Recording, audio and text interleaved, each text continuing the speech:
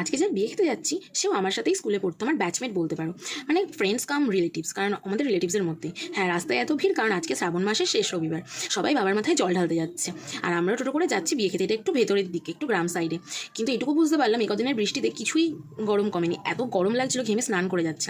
আমি সবাইকে অনুরোধ করছিলাম একটু কেউ তাকাও আমার ক্যামেরার দিকে, ভেতরে এত ক্যামেরার লাইটে গরম লাগছিল, আমি তো রীতিমতো ঘেমে স্নান করে যাচ্ছিলাম। আর দেখো এই যে আমার আরেক ভাই কত চিল হয়ে দাঁড়িয়ে আছে, আর আমার বোন দেখো সারাক্ষণ ছবি তোলার জন্য পোজ দিয়ে যাচ্ছে, আর আমরা খাবার খেতে যাবো বলে ওকে তাড়া দিচ্ছি। অনেক যুদ্ধ করে শেষমেশ খাবারের জায়গা পেয়েছি, দেখে বুঝতেই পারছো কতটা যুদ্ধ করেছি, কানের টানের খুলে মানে শাড়ির আঁচল গুজে জোর যুদ্ধ। খেতে বসেও একটু পোজ মেরে নিলাম, আর এদিকে তো মা আর মেজমা মিলে গল্প জুড়েছে, গসিপ, ফ্যামিলি গসিপ। যাই হোক, ওই যে বাবা অলরেডি খাওয়া শুরুও হয়ে গেছে, আমাদের খেতে বসলাম, একের পর এক খাবার আসতে থাকলো। ডিমের ডেভিল, নান, ভাত, ডাল, মাটন কষা, রাইস, পাঁপড়, চাটনি, মিষ্টি খেয়ে লাস্টে আইসক্রিম খেয়ে ভাবছি এবার আমি বাড়ি যাবো।